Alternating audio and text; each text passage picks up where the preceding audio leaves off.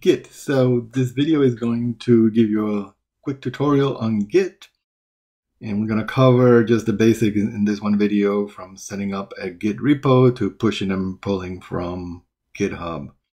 The first thing I want to mention is that is the Git book, which is right here at git-scm.com. It's available for free, and you really want to read it. You definitely have to read chapters 1, 2, and 3. I think everybody that uses Git should have read those 3 chapters. And the other ones, you can sort of pick and choose which parts you need. Okay, so the first thing you need to do, you have to set up your name and email. You do that with git config -- global user.name, and you give it your name and also user.email. You give it your email, and Git is going to use these, your name and your email, and it's going to use them on every commit. The git config command, all it does is it edits your home.gitconfig file. So on your home directory, there's going to be this .gitconfig file, and this command, all it does is it edits it. If you look at that file, you can see that at the top here it says user, my name, and my email address. So that's all it did. It just edited this file. You can edit this file yourself. Also, you don't have to type in the commands if you want. Another nice thing you can see here, there's a bunch of aliases that I have defined. So your file will not have all this stuff that mine has. This is just things I've added over the time. And the aliases are nice because they let you save a lot of typing. But going back to our demo, we're going to create a project. I'm going to call it my project. So I just create an empty folder. And in the empty folder called my project, is my project. All my code is going to be there. I'm going to add a README file.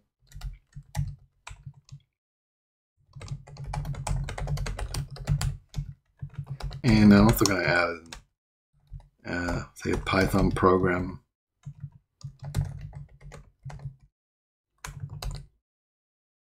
So I have a folder now with 2 files. And let's say this is my project. I want to put my project into Git. So I want to create, what I want to do is create a Git repository for my project. I do that with the git init command. You only do that once. And you can see now, if I look at the directory again, that it did create this .git folder under there. So this .git folder is the repository. So this is going to contain the full history of my project here. Whenever anybody clones this repository, they're going to get their own .git, and they're going to get their own copy of the full history. So that is what we mean by Git being a distributed source control system, is that everybody has a copy of everything, including all past versions. Like it says here, the repository is empty. So I have to put in my files. In order to do that, I have to do our first commit. So to commit, first you have to add the files to what's called the staging area. So the git add is the command that adds files to the staging area. And Git Status is your go-to command. Sorry. Git Status tells you what the current state of the system is. So I'm on the master branch, about to do my initial commit, and I have 2 files that are ready to be committed. They're on the staging area. So these files here in green, they're on the staging area. The staging area just means the set of files that are going to get committed on the next commit that you make. So I'm ready to commit those files. I use the commit command, and I give it a message, first commit. So there it is. The commit is the basic unit of Git, of the repo. So I can type the git log will show me all my previous commits. I only have 1 commit now, and this is it. So a commit, like I said, is a snapshot of the full project at this time. And Git is going to keep all those commits that you make forever. And that's the whole point of it, is that whenever you make a commit, you are taking a snapshot of the whole project and it's going to be there forever. You can always go back and refer to it, and then Git can, give you histories and compare and contrast, and you can see how things evolve over time, etc. The commit also has the metadata, so it has my name and email address. Remember, we set those up earlier. It has the time when I made it, and it has the message and some other stuff. So that's how you do it. So it's a pretty straightforward process. I'm gonna edit this file. Let's do another commit once again. So I'm just starting my Emacs here, adding a new line, import, math, and let's say I'm gonna change this to sys2. I'm gonna save that file, right? And you can see that I did change the file, right? So it's different now. If I do Git Status, it tells me that this file has been modified, but no changes added to commit. So it says use git add to add files to the staging area. So this file has been changed, but it hasn't been staged for commit. And it says also right here, changes not staged for commit, the red ones. If say also I forgot what changed, so I'm like, okay, this is modified, but what was there before, like in the previous commit? I can type in Git Diff and prog, and it tells me exactly why this prog.py file is different from the one in the previous commit. Basically, I deleted, so the minus signs means delete. I deleted these lines, and I added these 2 lines, which is what happened. Just to drive the point, let's change the README file. I'm gonna look up for my README file, and I'm gonna my first point here, save it. Right. So now when I do Git Status, it tells me neither of these have been staged, but I can add. Let's say I add prog.py. And now it tells me, yeah, this one is ready to be committed, but this one has been changed, but it's not going to be committed. So if I did a commit now, it would only add this new file to the commit, not this one. So it would keep the old readme.md. So let's do that. So I'm going to commit, and the message is, changes to prog. So I changed prog. And I'm going to do a status, and you see now that one is gone. Prog.py is gone, but README was changed. Hasn't been committed yet. So let's commit that one. I can say git add -a, which will add all the files to the staging area that have changed, but only one has changed. So we only see that one, and then I can commit it.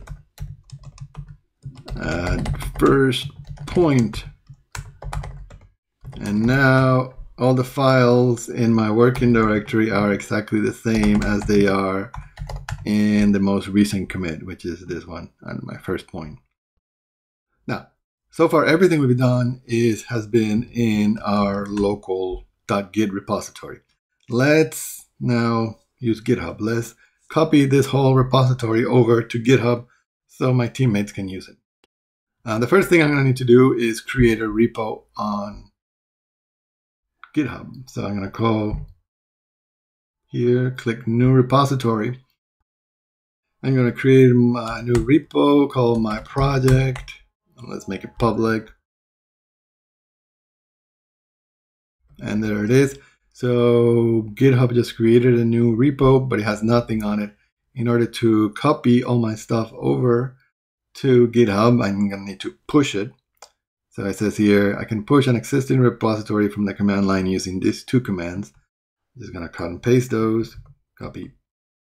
So the first one, what this is doing is adding a remote repo. So a remote is, another repo that's not on this machine, and I'm going to call it origin. That's sort of the standard name. And it lives at this URL. So username git, github.com, and this is the path to it. So I type that in, and that just, all this is doing is defining origin to mean this URL. And in fact, you can look at it up if you look in your .git config file, it just says right there, I am defining origin to be .url. The other command is the one that's actually going to push all my code up to GitHub. So I'm going to push to origin my master branch. And there it is. It did it. If I go back to my project here and reload the page, I can see that now my files are indeed here. And also I see my history. So my log is here. I have my 3 commits. There they are, 1, 2, and 3, and I can see them. And I can see all my files. I can also see a GitHub. If I go back to a previous commit in time, I can browse the files at that point. So this is at GitHub. I'm looking at this commit. You see this, it says tree, whatever. That's the hash for this one. And so I'm looking at how things looked back at that time. If I want to just go back to the master branch, I can do that here. So you can always just check out how things look like in the past. Okay, so everything is up there at GitHub. Now I'm going to change something locally and push it to GitHub so that you can see how that works. So I'm going to go back to Emacs here. I'm going to add a second point to my README. And now you can see that that file's changed. I'm going to add it to the staging area. I'm going to commit, add second point. And when I do git status, it says everything is fine. When I go git log, I get this new commit. When I go to GitHub and look at my commits, it's still just 3. It doesn't have that new one because, again, it's a distributed source control system that has changed in my local repository, but I have to push those changes to GitHub. So I do that using the push command. I say git push. It's going to push those new changes to GitHub. And then now I can go back to GitHub, reload the page, and sure enough, there it is. Similarly, the other way around is if I want to pull changes from GitHub. So this will happen when you have more than one person. So your teammate, he pushes his changes to GitHub. So he added a new commit, and now I got to pull him back. I'm going to sort of simulate that by just editing here on GitHub. So one thing you can do on GitHub itself, I can edit the files. I'm going to edit the README again. I'm going to add a third point.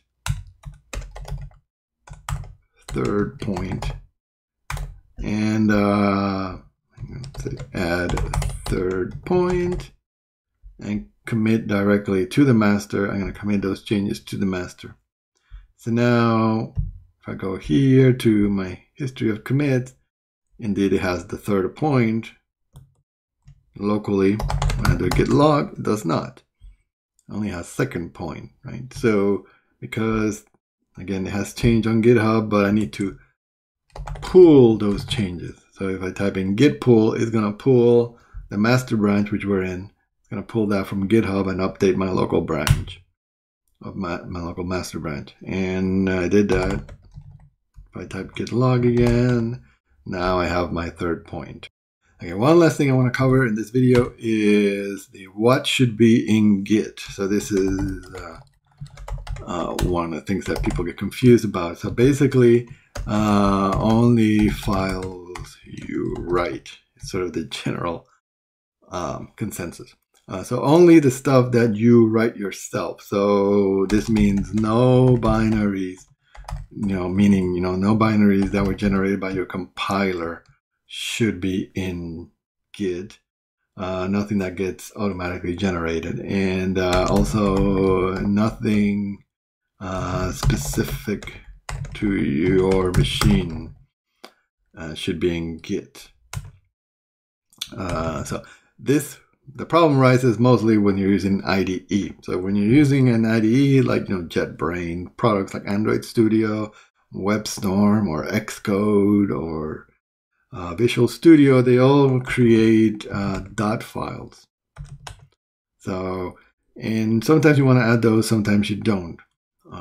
The way you solve this is using a .git ignorer, right? So here's the situation. Let's say I'm going to create a directory called idea. So some of the JetBrains products, they'll create a .ida directory, right? And well, you can't see it there. And under that directory, they might put, a config.xml file. So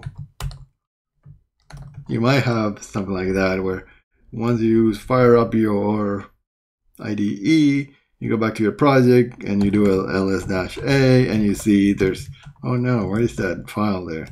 It's a .ida file. Or if you're doing Java programming, there might be a build folder.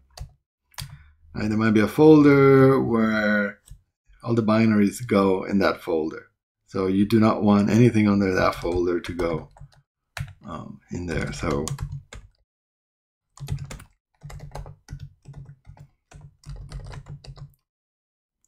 just putting a file in there.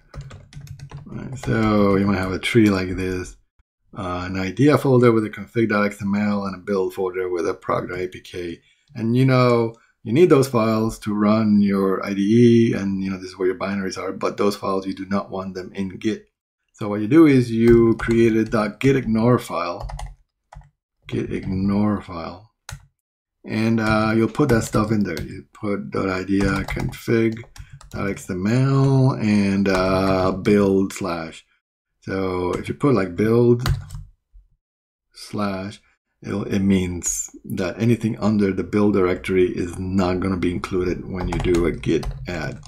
So now if I do a git status, for example, it tells me the only new file is .gitignore, even though I know, right, I have this prog.apk file and this config.xml file, but because I put those in the .gitignore, when I do a status, it ignores them. It just ignores them.